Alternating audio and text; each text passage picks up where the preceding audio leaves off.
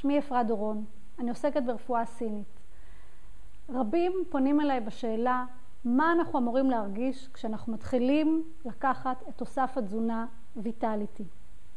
תוסף התזונה ויטליטי הוא תוסף שאני מאוד מאוד נלהבת לגביו, ואני יכולה לספר לכם שכבר צברתי די הרבה ניסיון עם מטופלים ועם חברים שהתחילו לקחת את הויטליטי. ראשית, אני חייבת להמליץ, קחו את הויטליטי לפחות 3 חודשים, כיוון שהרבה פעמים ההשפעה מתחילה לקרות רק אחרי 4, 5, אפילו לפעמים 6 או 8 שבועות. לכן תנו לעצמכם את הניסיון הזה ל3 חודשים.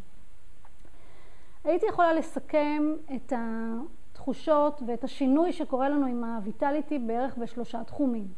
קודם כל בתחום של האנרגיה, בתחום של הערנות. אנשים מדווחים לי שקל להם יותר לקום בבוקר. אנשים מספרים שהראש לא צונח להם במשך היום.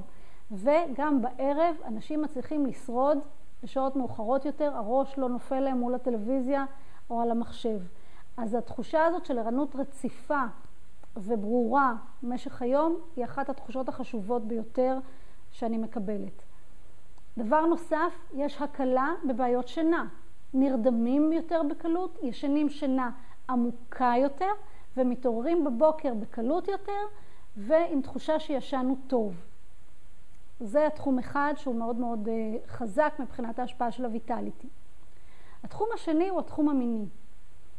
אני מקבלת תגובות טובות מאוד על עלייה בחשק המיני, בעיקר אצל נשים. מצאתי שנשים מושפעות יותר בתחום הזה מגברים, או לפחות יותר מהר, לפחות פרי הניסיון שלי. גברים מדווחים לי על שיפור בתפקוד המיני שלהם, זה קורה אחרי קצת יותר זמן. אם הייתי אומרת ששבועיים אחרי תחילת לקיחת הויטליטי, נשים מדווחות על שיפור במיניות, גברים מדברים על 5, 6, 8 שבועות שיפור בתפקוד המיני. והתחום האחרון, שהוא לא פחות חשוב, הוא תחום הצלילות המנטלית.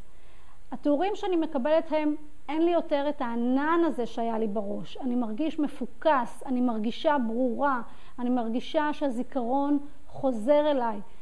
הרבה מאוד סופרלטיבים על התחושה הזאת של צלילות קוגניטיבית, וזה דבר מאוד חשוב. אשמח לספר לכם עוד. התקשרו ונוכל לדבר. בריאות, ויטליטי.